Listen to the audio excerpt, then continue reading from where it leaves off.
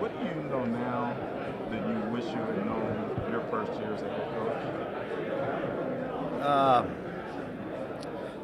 I don't know. That's a good question. I feel like a first-year head coach every year I come to this league meeting, honestly, because your team is always different. Your staff is never the same. You always have to adapt. And I'm sure these guys are going through a lot emotionally right now, but I couldn't pinpoint one thing. Is there any advice you would give to a guy? Just be yourself. Be yourself. Don't get too far away from what got you there. I think, some guys are great quarterback guys. They get a head coaching job and maybe they delegate the quarterbacks to somebody. If you're a great defensive coach, keep calling the defense. That's my recommendation. Don't get too far away from the things that got you there. Hey, Coach, how would you assess your first year? I was 4-12. I'm not going to say anything else. It wasn't very good, but it was a necessary year. We had to make some tough decisions, and I do like the work ethic that we have in place. I'm excited about some of the moves that we have made and the direction of this franchise. But I'm not happy with being 4-12, but I'm very, very proud of where we're going. I haven't talked to you since you guys signed Vontaze, and Mike was saying that Paul was banging the table pretty hard, and Mike pushed back. What was that discourse when you were contemplating whether to sign him up? I was pounding the table with Gunther. We were banging it together. Burfict has something to prove. He didn't play his best football last year. Burfict has been fine. Burfict has had issues, and that's what people talk about when they talk about Burfict.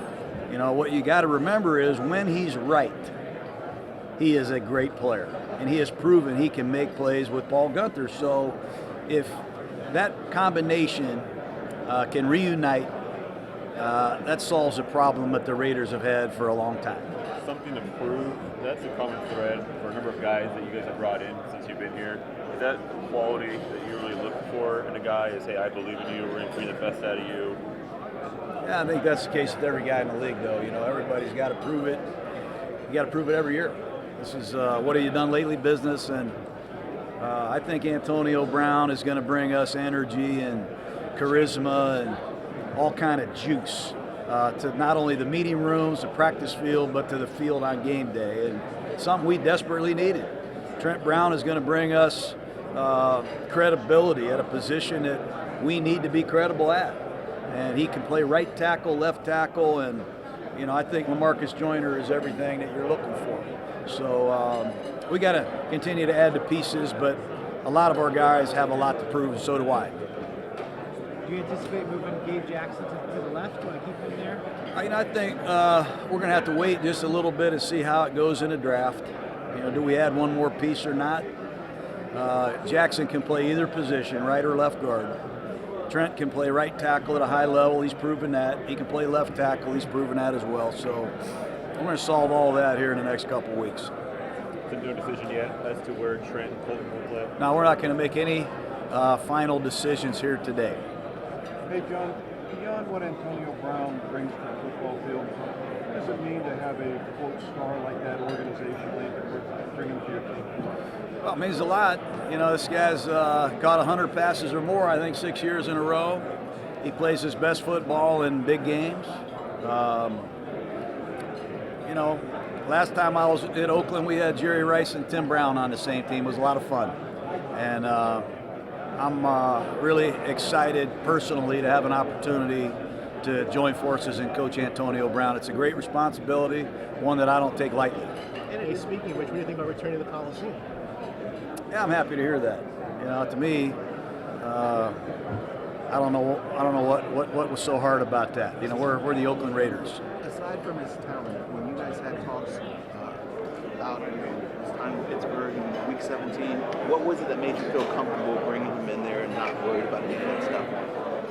I had no problem with it. You got to be kidding me. We get Antonio Brown, I'll walk to Pittsburgh to get him. I don't have any problem with one aspect of Antonio Brown. I don't know who does or why they would. With all the moves you guys made in free agency, to still have the amount of draft capital that you do, it may Mayock has said openly you're going to be aggressive there as well. What does that say about what you're building towards the future of this franchise? Well, that was our plan, honestly. I mean, we lost a couple good players, really good players last year, and we acquired some draft picks, and we also acquired a lot of space to sign Trent Brown, Antonio Brown, LaMarcus Joyner. We don't sign any of these players if we don't have the cap space to get that done. So it's a double-edged sword for us. We needed the draft capital to get younger, to get young emerging players, and we needed the cap space to add Trent Brown, Antonio Brown, Burfict, the men that we did, because we felt we had a lot of needs, and we're doing the best we can to address as many as possible. You guys have spent some money and a lot of guaranteed money, but there is still cap flexibility down the road. How important was that as you're signing free agents, that you're not handcuffed long term by how these deals? No, it's big, and I credit Mike Mayock obviously a lot, and Tom Delaney, who did the contracts, a lot of the work on the contracts. He's the unsung hero of free agency. Nobody really does it better. You said the two quarterbacks, Landry Jones, Austin Glennon. What are your thoughts on those two guys? You know what? I always liked Glennon, and having lived in Tampa, studied him and seen him play live several times, here's a guy that got a big deal to go play for the Bears. And just a couple months later, they draft Trubisky. And then he goes to Arizona to compete with Sam Bradford, and a couple months later, they trade up for Rosen. So he's had some bad luck. But I do like this guy because he's got arm talent, he's got some experience as a starter, and he's really smart. And Landry Jones is a guy that started and won games in the league. And he can help us with Antonio's transition as well. What'd they call this at Pittsburgh? Why did he convert his route and do that? So there's some really interesting, side things that Landry can bring to the table also. And I don't want to forget Nate Peterman. He was the opening day starter of Buffalo, and I know a lot of people have forgotten him, but it's great to start the offseason program April 15th with 4 quarterbacks. They're all learning together. You mentioned Antonio Brown. Does he bring with him concepts from Pittsburgh that maybe you thought, hey, how does that work? And now you can ask someone who's an expert. Yeah, yep, no doubt. We went through all his catches and all his routes. And hey, if something's working in Pittsburgh, we'll put it in for him. We're not too proud to steal some good ideas. Yesterday, John, Mike said that he hadn't talked to Marshawn, but you had been keeping up that conversation with him about whether he was going to come back or not. How have those conversations gone so far? I'm not going to get into the conversations that we've had. I talked to Doug Hendrickson, his agent, as well, and obviously we have a need at halfback, feature back. So we're going to keep the door open, certainly, keep researching his situation, and we'll see what happens. We'll update you when we know something. How long do you keep the door open? What's that? How long do you keep the door open? Is there a time? The door's always where open they for make a Lynch. The decision? door always going to be open for Marshawn. Trust me. All the doors are always going to be open for Marshawn Lynch. What's it been like working with Mayock? That's my guy, man. Mike and I, we go back 20 years, 25 years to when I was offensive coordinator of the Eagles. And you like to be around people that have similar interests. And unfortunately, I don't have any other interests in football. Either does Mayock. So we have a lot of fun talking about just every aspect of football all the time. And it's his relentless effort, his enthusiasm has energized the building, and it's just a blast. How much is it a collaborative effort? How much of it is like, I do this, you do that, we meet at the end? It's collaborative. It really is. And I don't think either one of us has an ego. Who cares who gets the credit? Who cares who makes the decision? Let's just make the best decision possible, and let's try to be right. And let's not be afraid of arguing once in a while. But he's a great friend, and he's a great teammate, and he's really good at what he does. Is he a Leo too? I don't know about that. Check that out. I don't get into that stuff. He says he's mentally exhausted at the end of the day talking to you. What are you doing? Yeah, I don't know. You got to go over the quarterbacks. You got to go over the salary cap. You got to go over, what are we going to do with the defensive line? Who's going to play this? What's going to do that? So It's great. You know, that's why we're getting out of here today. We got to get back to our wheelhouse. We don't belong here. We do not belong here. What did you learn about him in a high pressure environment where you're trading for Antonio, there's competition for it, yet he's still disciplined? Like, do you know what I'm saying? When the pressure's on, you're trying to get a deal. That's a people business, you know, and I think, you know, when the trade was happening with the Steelers, I know Omar Khan. He knows Kevin Colbert. Everybody's got cell phones today, and you're communicating, but he's such a great communicator, and he has so many connections in the league, it helps to get deals done. And he's not afraid. He's got the guts, and he's got the knowledge to pull the trigger, and that's what I really like. Jon, what you like about Trent Brown? What made you guys want to go out and get him? I loved Trent Brown when he was a 49er personally. I did not know he was on the trade market. Trent didn't even know he was on the trade market. And I think he went to New England basically for a 4th-round pick, the equivalent of a 4th-round pick. No one knew he was on the market except the Patriots and Shanahan probably. But I liked him as a right tackle. I loved him as a offensive lineman. Obviously in New England playing left tackle, what a job he did. But there's not many 26-year-old guys that have proven they can play at right tackle and left tackle in this league. So it's great to have him. So do you vision him as left, or how do you see that? Like I said, a lot of teams flip their tackles. We might just have them break the huddle and look for Von Miller and go block it. It could be done. Sorry, also, I'm from Boston. I want to ask you about Rob Gronkowski retiring.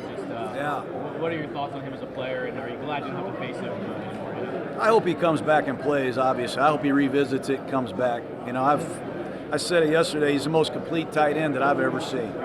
You know, he could play as a wide receiver, he could play in the slot, he could play in line, he could do anything. And wish him the best. And it's great for him if he does go out to go out on top. Hey, Coach, I'm curious about quarterbacks. Last year, when you first time was in Louisville, you talked about having a quarterback run, but now it seems more the emphasis is on a passing quarterback and blocking as opposed to just looking at the personnel selections. Is that the case, or am I reading too much into it? I don't know. I was maybe reading too much into it, I think. I'm good. Yeah, you're on. What are the discussions been like with the expansion of the debate about expanding replay? What do you think of that? You know, it's tough.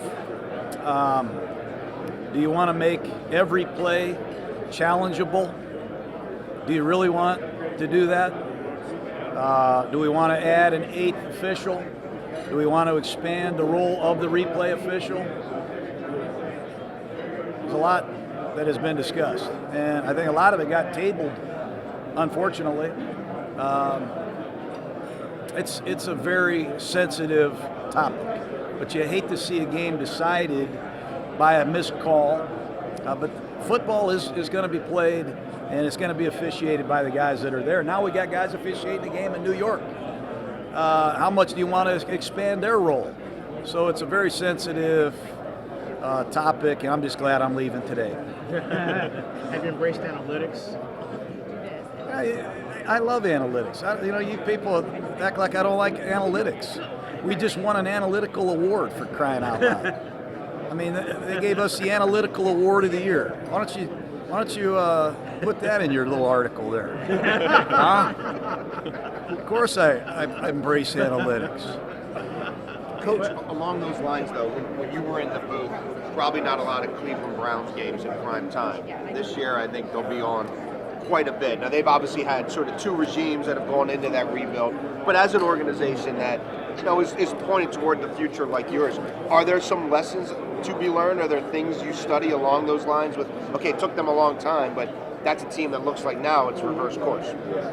Well, obviously, you got to get the quarterback playing at a blue level.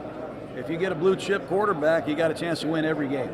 Forget about winning a couple games. You get a chance to win every night. And Mayfield has solved a lot of their problems. All you got to do is turn the film on. That guy's spectacular. What he did as a rookie it's incredible. I don't think people really know how well he played. And they've gone through quarterbacks like they've gone through I don't know what. But when you solve that position, you got a real chance. And when you get that guy playing at a blue chip level, it certainly helps you. And that's what we're going to try to do with Derek. getting Antonio, Tyrell Williams, Trent Brown. Hopefully that can help Derek return to blue chip status, and if that does happen, we'll be on our way. Mike mentioned yesterday that you often say when it comes to the edge rushing depth chart, it's Arden, Key, and me. Yeah. Now we're getting closer to the draft, and I mean bodies are essential. When you look at that class, do you see good depth there where you're going to be able to address what seems to be a pretty pressing? It's a mysterious group of guys. It really is. Obviously Bosa's a great player. He's an underclassman that didn't even play much. A lot of these guys play time. It's not what you want it to be. They don't play a lot of snaps. They're underclassmen also, and a lot of these guys haven't even done an individual workout, haven't even run yet. So there's a lot of mystery and intrigue, for sure. But when we went into free agency, obviously the names that were potentially going to be there were franchised or traded, and we are going to look hard at that position, obviously. Mike was saying that you've been saying it's Arden, Key, and me as far as defensive ends. Where do you stand on? Are you getting worried, or are you still confident that you find those guys in the draft? I want to see Arden Key play better. I want to see our second-year players play better. They got to play a lot last year. Big deal. I want to see them play great this year. I'll start the conversation right there. Arden's got to play better. He's got to get stronger, and he's got to play better. And they don't grow on trees. These defensive ends, they don't grow on trees. And I know I've been criticized for trading one of the best, but we're going to look hard to replenish and add players at that position. That's for sure.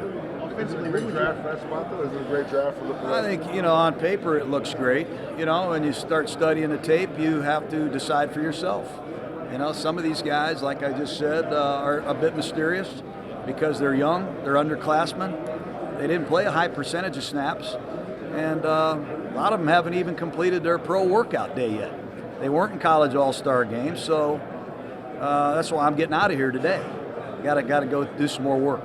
When it comes hired these guys who are anticipated to go high, are you the type, do you need to look them in the eye and really meet them personally in terms of at these workouts or meetings or whatever? I do like to do that. And fortunately for us, we coach a Senior Bowl.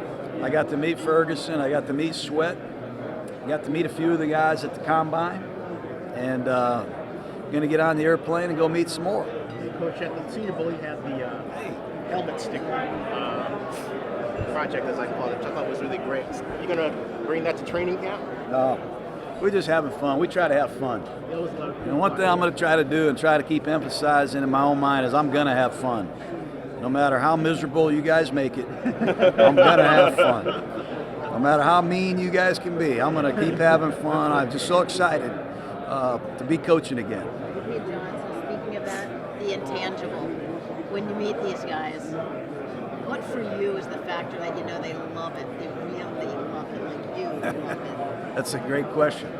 And I try to find out what's in their wallet. That commercial, I like that commercial. What makes you tick? What is it you love? Off the field, on the field. What do you love about football? What do you love about life? Do you have any passion in your body at all? Where is it? What's the meter say towards football? And you got to study that. You got to find out. And what's the key? It's easy to say. Yeah, I like to ask their teammates, their coaches, the trainer, the strength coach, their professors. How much does this guy really like it? And really, what I like to do, Susie, is I like to look at that team play when they're behind. I love watching Rashawn Gary against Ohio State in the second half when they're way behind. That's when you can find out how much you love it. And I like to see him play against the toughest opponent. See if it brings out the best in them. Your thoughts about Drew Lock? I like Drew Lock. I like him a lot, actually, and coached him in the Senior Bowl. Very productive. Played in different offenses at Mizzou. I like him because he finished the job. What are your thoughts about the possibility of Canada? Canada? For what? Preseason. Oh, that'd be a great experience. Never really been there. Lose to me. Canada. I had a talk with Coach Belichick last night about the old Cowboy flex defense. I'm going to foreshorten this. Do you think it's possible to run the flex today? I don't know, but you had to ask Belichick. He would know. We were to finish the conversation. That's why I asked. Yeah, no, I think you could line up. If you have the good players, you could probably play any defense you want. With the addition of Evan Lawson, brain's not working yet. Does he round out your cornerback group in a way that you're comfortable, or is there always an eye on? Maybe We're still looking. We're still looking. You know, obviously, getting Conley healthy and playing to his potential is priority number one. You know, we got to see it 16 weeks now from Gary on. He flickered at some really good things last year. Didn't finish healthy, which is a concern. Worley started really good, got hurt. We need 16 outings from him. Lawson can play nickel. He can play outside. He's been healthy. That's what I love about Lawson. He doesn't miss any action. And I think you need 5 corners. I think you got to have 5 because they do get banged up. It's a very difficult position to play. Sometimes you want to play 3 or 4 at a time. We're nowhere close to playing football yet, but is it the anticipation that LaMarcus is going to be the primary slot corner? You know, when I was in Tampa, I coached a guy named Rondé Barber, and he might have been perhaps my favorite player I ever coached. He wasn't the biggest guy, wasn't the fastest guy, but when he put the helmet on, something happened to that guy. And Joyner, to me, is the closest thing I've ever seen to Rondé. As a slot corner, I think he's the best. You know, I think he's got a chance to really be dynamic in there. His leadership, when you meet LaMarcus Joyner, trust me, he'll be the favorite guy you've met in a while. You'll love him. There's something about this guy that's special. And I think the Rams would tell you that. That's why he was a franchise player. But his ability in the slot is rare. That's a guy that comes in and replaces a linebacker. So you take a linebacker out, you bring in this nickel corner, and he will hit you like a linebacker now. And I have so much respect for him, and I'm so excited to coach him, I can't tell you.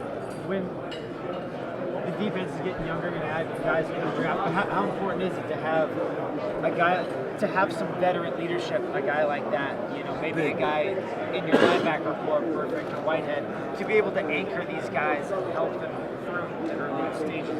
Oh, it's big. Remember when I got here, we lost T.J. Carey in free agency, and that was a void for us. And that's a hard position to play. I really think it's as hard a position to play as there is on a football field, the nickel corner. All we ask that guy to do, but his leadership, his communication, his swagger, a little bit like Antonio Brown, what he's going to bring for the offense. Obviously, Worley is coming off of a labrum surgery.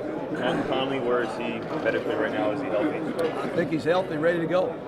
Yeah, all indications are he's working out good, and we expect him to be full throttle. Could you call tight end in need, and the 4 guys you have, could you go with those 4 guys and be happy?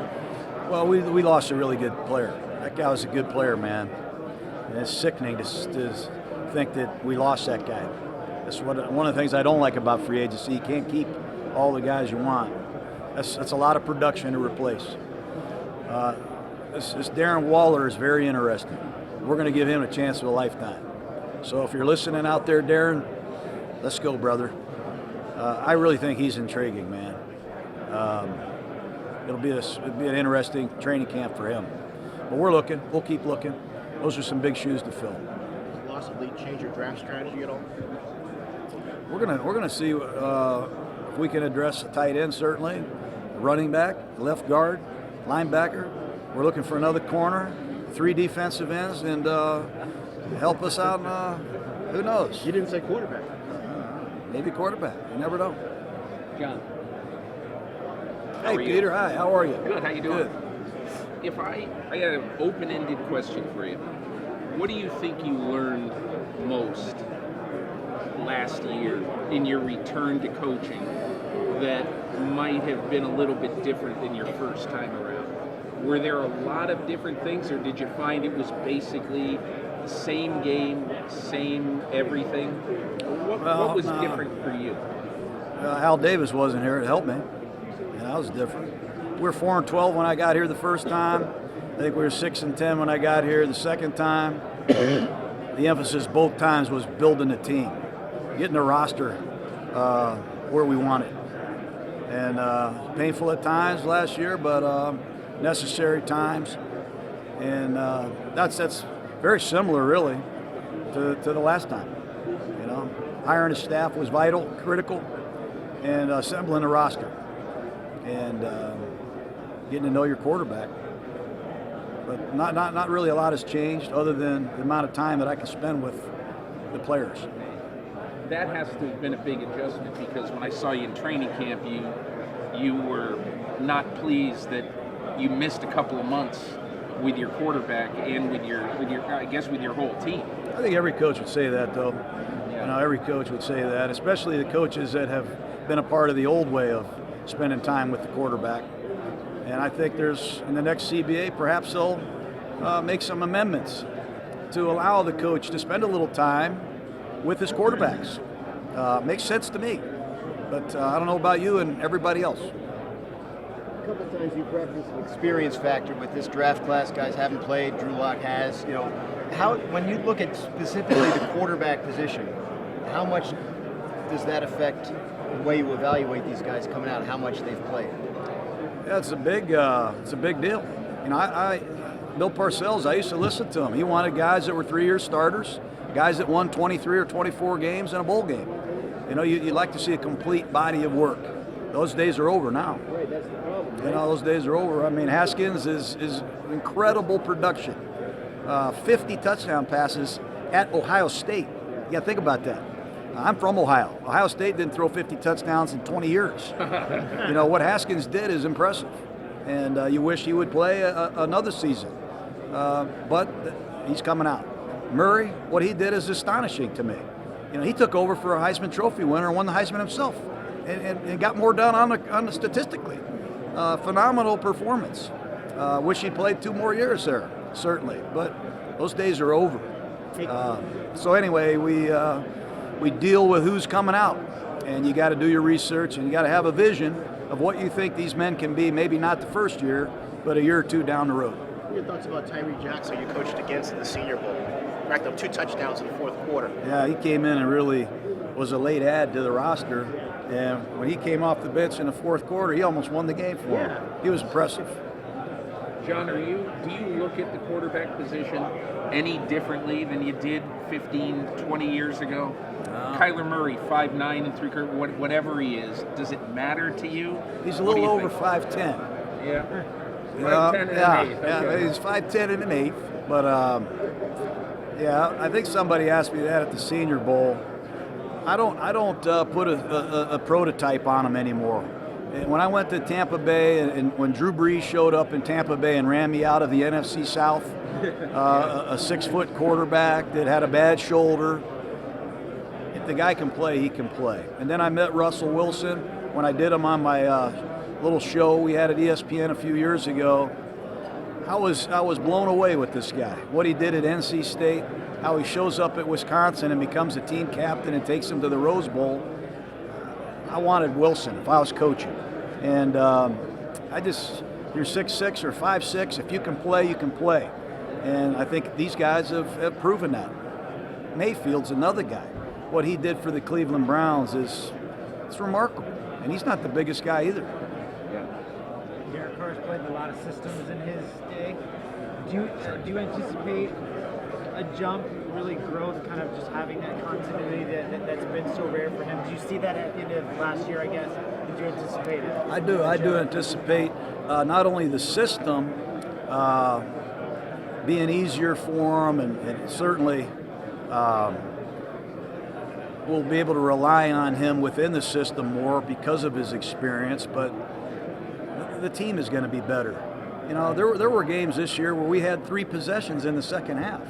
He doesn't get an opportunity. The defense, get some turnovers, get him the ball more, and then Antonio Brown and Tyrell Williams and Trent Brown and some of the additions, hopefully, that we're going to continue to add, will even enhance his performance more.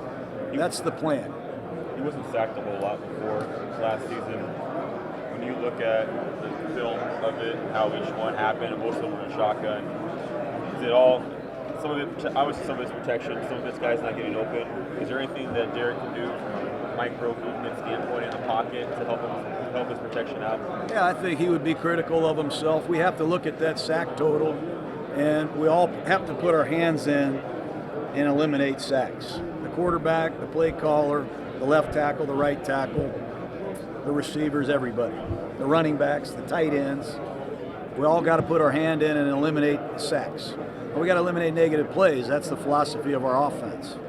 And I will say we started 2 rookie tackles. I don't think anybody in the NFL can say that. I don't think anybody can say that for a long time. We had a new left guard. We had a new right guard. We had a lot of moving parts. And it's an area we all got to get better at.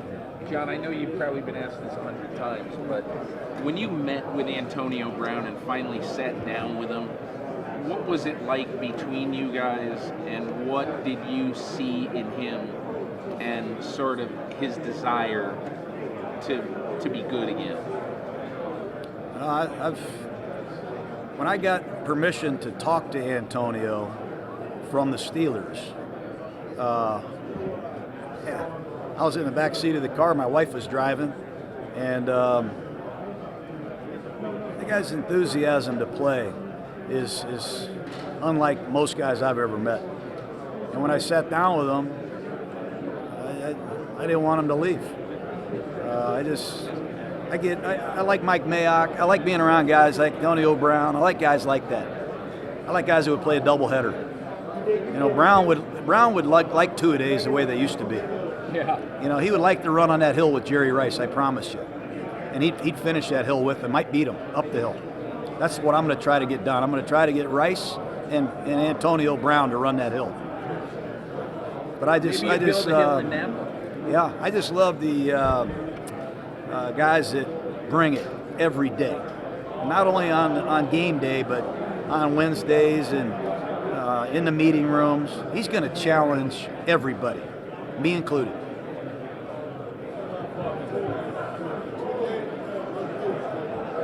Jon, do you have any comment? Do you have any comment?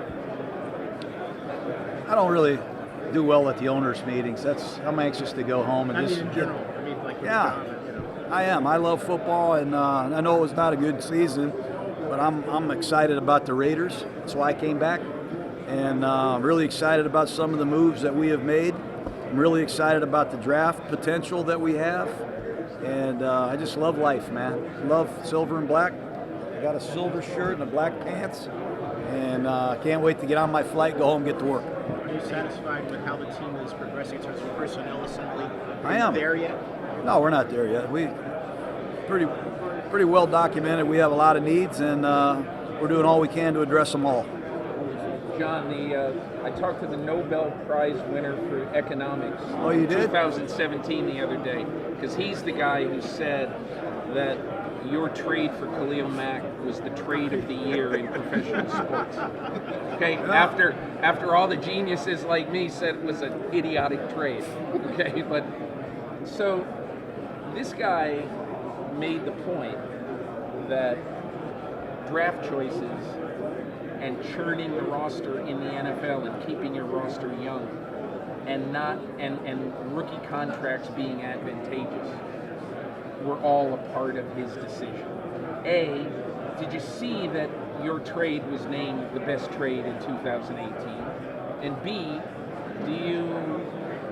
have you paid any attention to their reasoning for that, and what do you think? I do know that we got the award. I think it was the only award we got last year. But forget about all of that. You know, I don't really have time to worry about who thinks it's right or wrong. We didn't really have much of a choice. If we did come up with the money to make the contract happen last year, we wouldn't have any of these men we're talking about now. we would not have Trent Brown, we would not have Antonio Brown, we wouldn't have LaMarcus Joyner, we wouldn't have Vontaze Burfict, and we wouldn't have Tyrell Williams. We would not have any of them. And we wouldn't have the 3 first-rounders that we're talking about. So you have to consider all of it like the Nobel Prize winner did and digest it for yourself. But we were able to add a lot of pieces. And I'm not going to sit here and say that I didn't cry for 3 days. I wanted to coach Mac, and Mac knows it, and wish him the best. But we have a lot of work to do with this football team, and that trade allowed these acquisitions that we're talking about today to even happen. Hey, John, why did you trade Arsenelli? A lot of it has to do with the salary cap, and I'm not going to get any further into it. We're going to miss him. That leaves a big void for us at left guard. But a lot of it had to do with salary cap and making other acquisitions. What do you think of how he played last year? Well, he was hurt. He missed a lot of time. I don't know that he was healthy the whole season. Hopefully he has a great offseason, gets in great shape, and delivers for the Jets. Because if he does, he's a formidable beast. I will tell you that. John, does the amount of your draft capital make you more likely to try to turn it into more and move? I don't know. You make all these statements. It depends on when you're on the clock and you're sitting there at number 4 and someone offers you to move back to whatever. What are they giving you? We're wide open to moving up. We are wide open to moving back. We're wide open to just sitting there and taking a guy that falls to us. Like a kid in a candy store. Curious your thoughts about the best way a relationship can work between a coach, a general manager, and an owner. Curious about what? The way the relationship works best between coach, general manager, and owner. I don't know. I think it all starts with the owner. These guys got a tough job. They're managing billion-dollar teams. Some of these things are more expensive than that. It's hard to imagine being an owner and turning over that investment to a coach and a general manager. It'd be hard for me if I was an owner. I would have very high expectations and big demands. And I think it's got to be a collaboration of men working together. Communication's got to be great. Trust, loyalty. I think some of those words are vital in the ones that really work. What's your communication style? Well, I'm honest. I'm loyal. I'm going to work hard. That's all I can offer. And I'm passionate about helping the Raiders win. I'm going to do the best I can all the time. So that's what I have to offer, and I think that's what Mayock has to offer, and Mark Davis will decide if we're good enough. John, do you want to see more replay, or where do you stand on that? Yeah, I'm confused, by what we want to do with the replay. We want to expand the official in the booth, his role. We want to expand Al Riveron's role in New York City, his role. Do we want to make every play challengeable, really? Is that what we want to do? That's why I'm leaving today, honestly. It's just I just don't have time to waste talking about it. Let me just go back and worry about the things I can control. You're never going to satisfy everybody. And to think that the two of us could ever agree on is it or isn't it pass interference, that'll never happen. I do know this. For us to think we can look at a replay at super slow-mo of pass interference and determine whether it is or isn't, I think is unrealistic. I tried to do it in a booth for 9 years. Me and Jerry Austin, who wore the white hat in 3 Super Bowls, and we couldn't tell if it was or wasn't. We disagreed, and I just think it's very, very difficult for any of us to see if it's pass interference at that speed. In other words, you basically believe that human error just has to be a part of it. It's just the way life is.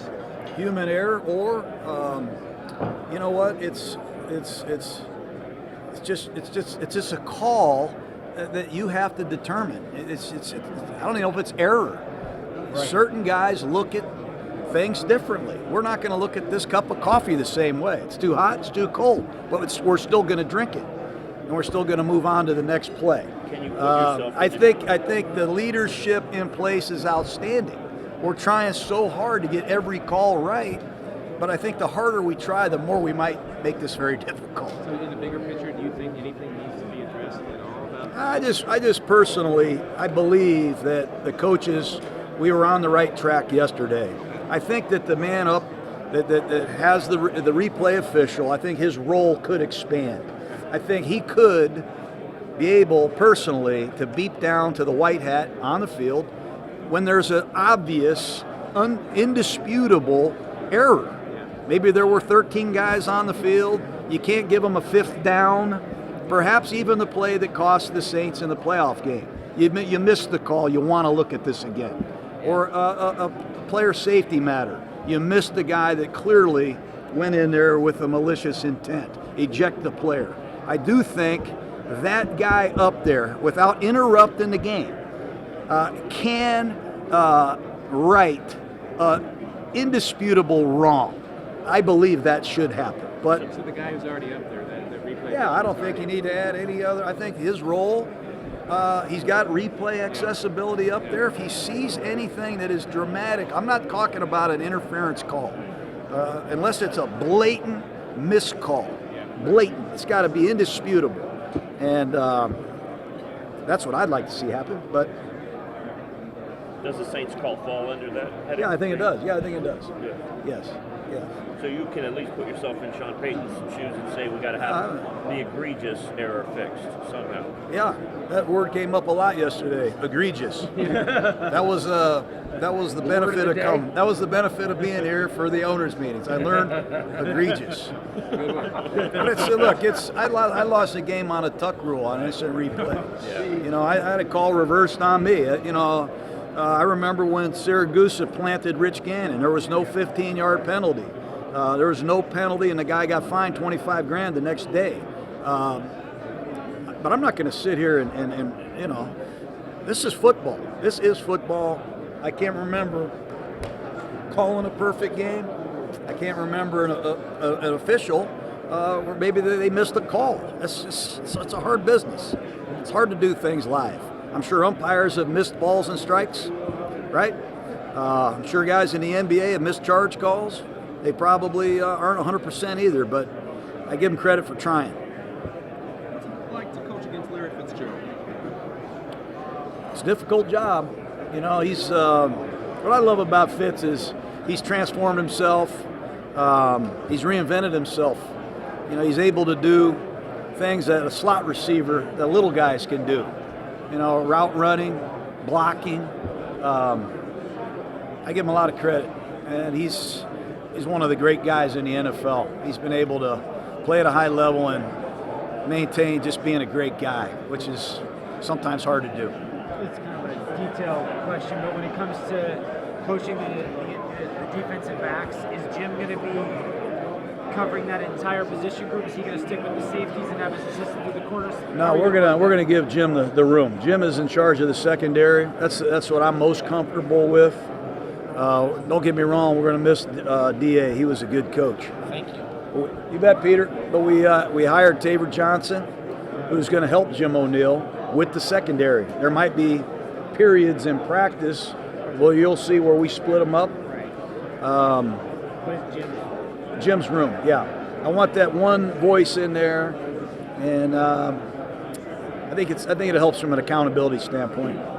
John, the instant replay, you got nailed on it. So when people want instant replay to change calls, when you go in there and give your opinion, do you really want that?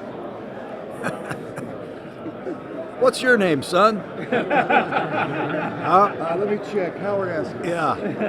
I think replay is a sensitive matter, really. I don't think it's possible to get them all right. I really don't want a guy challenge. I don't want to challenge plays and have some guy decide the outcome of all these games that's not even in a stadium.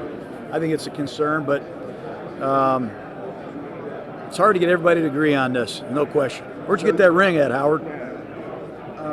Somebody won a Super Bowl, and it was the Eagles. You'll find you got one of those. These cufflinks, man. I got the cufflinks too. Beautiful. Where is yours? My ring? I got it at home. Hey, Coach, thanks a lot. Appreciate it. I got a playbook. I'll send it to you. It's actually bigger than what I made We'll last see it, man. Thanks. Buddy? John, it sounds like it's going to be hard to get instant replay as a rule change for pass interference penalties or penalties that aren't called. Well, there's some proposals that are on the table. The question is, for you, Howard, Okay. do you want to put a flag on the field? Do you want to be able to challenge a no call? The Saints-Rams game, there was no foul called. Do you want the coach to be able to challenge those plays? And do you want him to be able to challenge the flags that are thrown for pass interference? And then, do you want a guy deciding whether it is or isn't at super slow-mo speed? Is that what you want?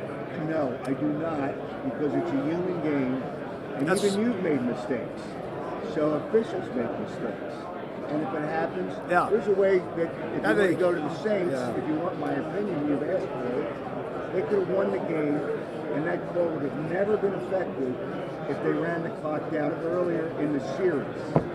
Well, and got to a point where they didn't have to go for it on 3rd and 10. That's why it's great to learn from you. Every time I get to see you, I learn things, and I'm thankful for it. I feel like a better person already. You know, if you want me to come and plug while you're staff, I can maybe fit that in somewhere. You got it. Where do you see Maurice Hurst having room for growth after that rookie season? We like him. He's. They tell me he's working very hard at Michigan in the weight room. I've always felt second-year players show the most improvement, and I'm counting on that happening with Hurst. I think he's a legitimate 3 technique. I think he's potentially got a chance to be an every down good one, and he's got to prove it. Does he have to get rechecked? I think that Reggie mentioned last year that he has to get medically kind of cleared in advance, just like he did last year. Yeah, I'm sure. Yep. Just like all the players, you know, we give them a physical, not just when we draft them, we give them physicals when they leave and when they show up. So we're going to keep a close eye on him, obviously, and we're confident that he's going to be fine, live a great, long and productive life. When Mike Mayock came, you changed direction. It seemed like you wanted to build for the future, and then all of a sudden these free agent signings. Did you kind of change? Well, we had money to spend. You know, we lost a couple really good players. You know, it's hard to say goodbye to Cooper and Mack. We picked up some draft picks. We also picked up some space to allow us to sign players. So that was the plan. Whether it's right or wrong, we'll find out. But when you trade 2 players, really good ones, you got a chance to pick up some draft picks, obviously, but you also get some room to maneuver and maybe get some guys that you really want to get in free agency. Adam Gates about Gronkowski's retirement. He said, "I'll believe it when I see it." Do you understand that answer? I mean, is it hard to believe? Yeah, I would be very similar in my views if I was Gase or in that division. I hope he does come back personally. I hope he does come back and play. Why is that? I just enjoy watching him. I just enjoy the style that he plays with. He's fun to watch. He's good for the game. But he's had some injuries. He's got I'm sure his reasons. And if he does go out, it's a great way to go out on top. There's certain qualities in a running back, talking about looking for a running back that you really look for, or is it really a case-by-case standpoint what makes a guy him? Well, we're looking for a 3-down back, a guy that can play in any situation. You know, a guy that can catch it, a guy that can pick up the blitzes, and a guy that can run in the first and the fourth quarter. Guys that got some durability and versatility is the big thing. And they're hard to find. You got to have a certain size about you that can take the punishment and deliver punishment. And those are the big things that we look for. Ball security, obviously, and we could go on and on. Is in terms of protection, is that how important and hard is that to find in a rookie back? It's hard because a lot of the pass offenses now are running plays. They're RPOs. They're not even protection. So they don't ask the backs to even get in the huddle and execute a diverse, audible system with a complex pass protection responsibility. And it's not their fault. It's great offenses they come from. But the role is going to change when they have to start protecting $20 million quarterbacks around the league because they're blitzing. They're coming every week with different looks, and you got to know who to block, you got to know how to block, and you got to want to block. And those three things got to go hand in hand. Jon, what kind of player are the Jets getting Kalichi Osemele, to help bolster their offense? He's a thumper. He's old school guard, nasty, smart. He just got to get healthy and stay healthy, and if he does, it's a great pickup for the Jets. How much is that beneficial to the development like Sam Darnold in the system? It's huge. It's huge. It'll help develop Sam. It'll help Le'Veon run. It'll help the play caller call plays confidently. It brings a lot. And he's a nasty, physical guy on game day, and it's hard to say goodbye to him also. Jon, was there ever a point last season where you said, what the hell did I come back down here for? No. Maybe a 49er game on Thursday night. I was thinking that a little bit. Maybe I'm thinking that quite a bit. There's some tough games, tough flights home, tough nights in the office. But I've been here before. It's not my first rodeo. It's not going to be easy. But I'm excited about being here and progress that we're making and having a lot of fun.